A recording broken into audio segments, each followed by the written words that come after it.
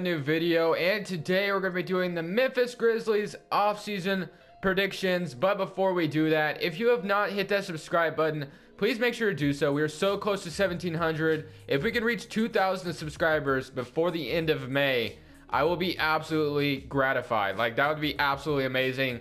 My birthday is coming up. That would be the best present ever if we can make that happen. So let's try to make it happen. If you've not hit that subscribe button, make sure to do so. But other than that, the Memphis Grizzlies are in a weird place when it comes to their contract situation. This team really isn't in the position to rebuild, and they're really in the position where they need to rebuild, but they really kind of can't.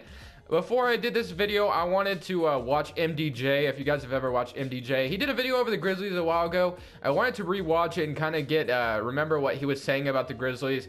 Basically, they're not in the position to rebuild, and they're going to be stuck with the contracts they have until 2020, and that's where everything's going to run out. So this offseason, they really aren't in the position to rebuild at all. Like Conley, Marc Gasol, and Chandler Parsons are getting the majority of their money. Yes, Marc Gasol might opt out next season, but there's a good chance he might opt in. I don't know. And Chandler Parsons, of course, you're not going to be able to trade that contract. No one wants to pay Chandler Parsons that much money. The only thing I can thank the Grizzlies for is when the Blazers were offering the same contract as the Grizzlies were for Chandler Parsons to come to the team. The Grizzlies took Chandler Parsons away from us. And I can't thank you guys enough for doing that. Like, that absolutely means the world to me because, I mean, we already have a bad contract in Evan Turner, but Chandler Parsons would have just been much worse. And then, of course, you got Tyreke Evans, which I don't expect him to be back. And the Grizzlies are going to have a top 4 pick, I think, in this year's draft. So let's make sure they have at least a 4th pick, which I'll be trading for. Of course, Start Today is still broken, so it is not accurate or the most accurate. I wish it was fixed, but of course, you know, I guess 2K don't really care about doing that. So staff signing, let's see, head coach, they signed JB Bickerstaff, didn't they? So, I mean, I wish I could get him back, but I don't see him. I don't see him anywhere. Because I know that was their head coach, wasn't JB Bickerstaff or something like that? And didn't they just re-sign him or something like that? I cannot find him. I know, what's his face up there was the head coach before, David Fizdale, and he's already getting traction. But I'm not seeing Evan.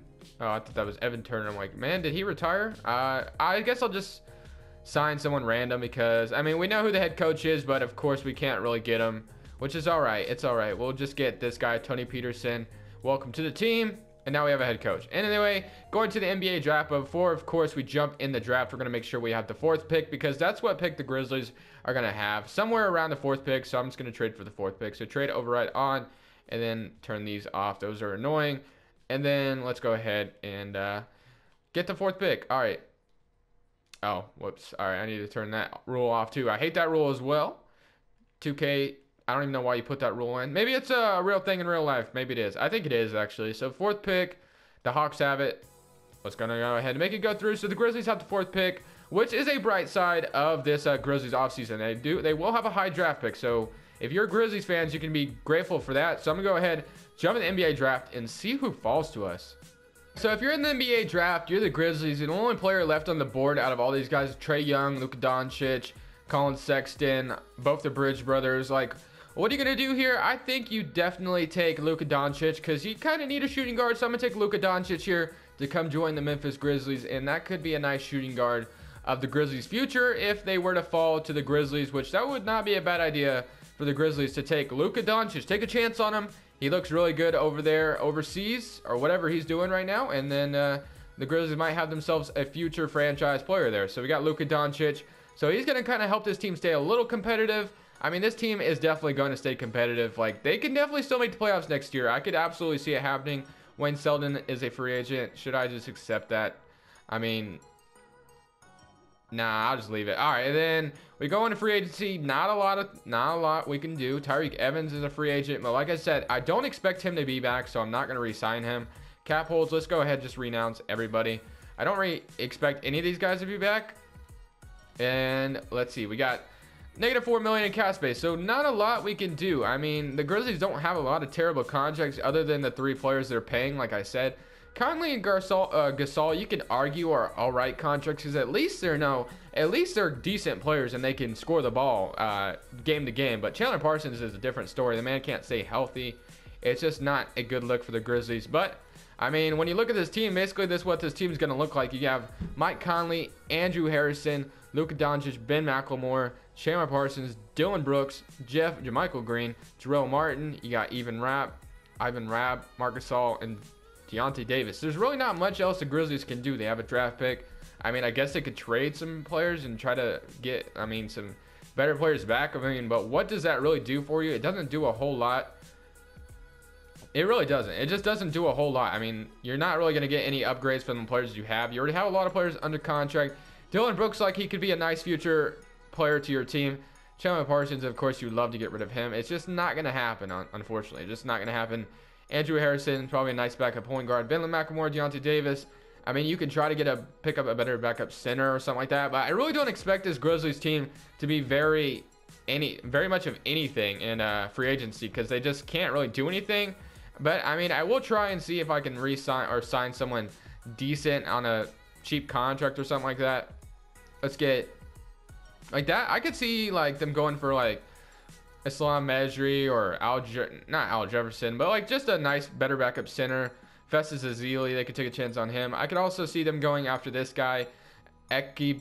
I can't say his name. I definitely cannot say that name. And then, what else is out here? Marco Bellinelli would be a nice pickup for the Grizzlies. I think he'd be nice off the bench if they could get him, but I kind of expect him to go to a championship contending team, so I'm not going to make that happen. Will Barton, can't afford him. Ersan Ilyasova, that wouldn't be a bad idea either. Like I said, not a lot the Grizzlies team can do. KCP, you can't afford him.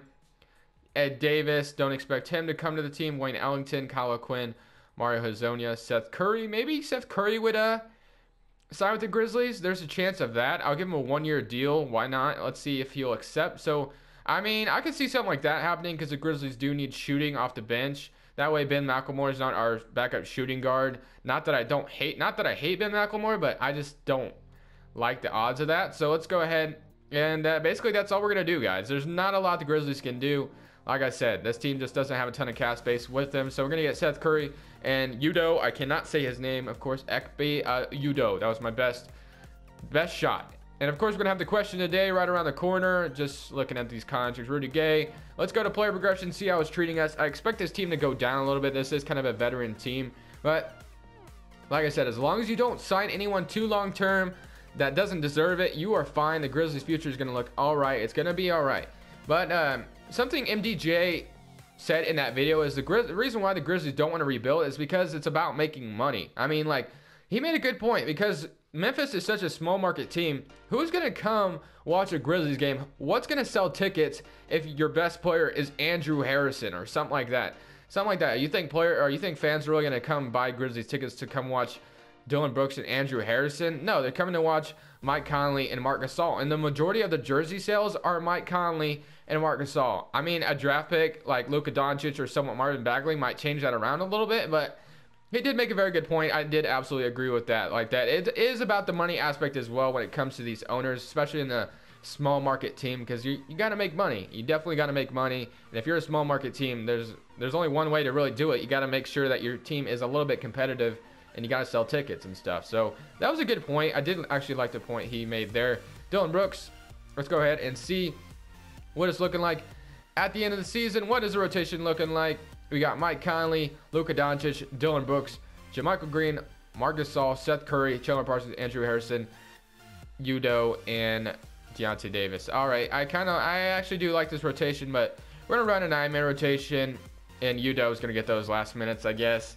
Deontay Davis, probably not part of the long-term plans. JaMychal Green. Can JaMychal Green shoot threes? I'm just curious. I actually don't know a lot about him. Did I pass him already? No. He shoots C. All right, so he can stretch the floor a little bit. Not too good, but he can stretch the floor. And I absolutely love the Dylan Brooks starting. I don't want to start Chandler Parsons. He's going to come off the bench. I like that part. Yeah, this team is not too bad. It's definitely a team that can still stay competitive if they stay healthy. I like this team. It's not a bad team. So I'm going to go no preference, just see how it goes. And I'm going to go ahead and simulate to the end of the season. If you're a Grizzlies fans, would you be okay with seeing a team like this? I think you would be all right with that. And then they could potentially still be a bottom seed team that makes the playoffs. Welcome to the question today part of the video where I answer you guys' questions you left in the previous video. So if you want me to answer your questions, make sure to leave it down in this comment section, and I'll answer it in the very next video. But Crazy Candy asks, could Reggie Jackson be traded in the NBA draft? I don't see why not. I mean, there's already kind of rumors around Reggie Jackson maybe getting traded, so I could see something like that potentially happening. Cowboy X Factor asks, should Raptors be worried about losing Game 1 to the Cavs? Also, there was a rumor Isaiah Thomas would go to Chicago Bulls. Where do you think he goes? The Raptors are being worried about losing Game 1 to the Cavs. I don't think they should worry too much. They only lost by 1 point, although they shouldn't have let it go to overtime. I think if they lose Game 2, they should be worried, but if they even it up, they'll be all right. And then where do I think Isaiah Thomas is going to go? I don't think the Chicago Bulls makes a lot of sense. Maybe he would take a bench role on the Celtics, or I thought Atlanta might be a good place. Sacramento, I don't know. I'm not sure for Isaiah Thomas. His future is weird. And then what type of number do you think Draymond Green would put up as the number 1 option on a team that has potential to make the playoffs? CRISPR07 asks. Man, thinking Draymond Green as number 1 option is kind of odd. I don't think he's a guy that can be the number 1 option, but if he were to be plugged in as the number 1 option, I could see him putting up like 20 and maybe like 11 rebounds, 9 assists or something like that. I could see him being like a triple-double kind of guy, kind of like Russell Westbrook. Of course, not stat padding every night, though. And do you think the Raptors will beat the Cavs and move on to semi, or the Cavs will go? Fiona Gonzaga asks.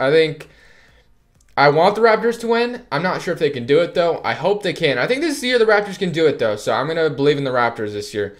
And who do you think is the sleeper rookie in this upcoming draft? Chris Motions asks. Sleeper rookie. I don't know much about this upcoming NBA draft. I guess maybe Trae Young, because everyone's labeling him as a bust. I mean, I don't know. I'm not sure. And other than that, guys, that's all the questions I got from the previous video. Thank you guys so much for the questions. They're always appreciated. Of course, if you want me to answer your guys' questions, just leave them down in the comment section below of this video, and it'll be answered in the very next video. But go ahead and enjoy the rest of the video, guys. Thank you.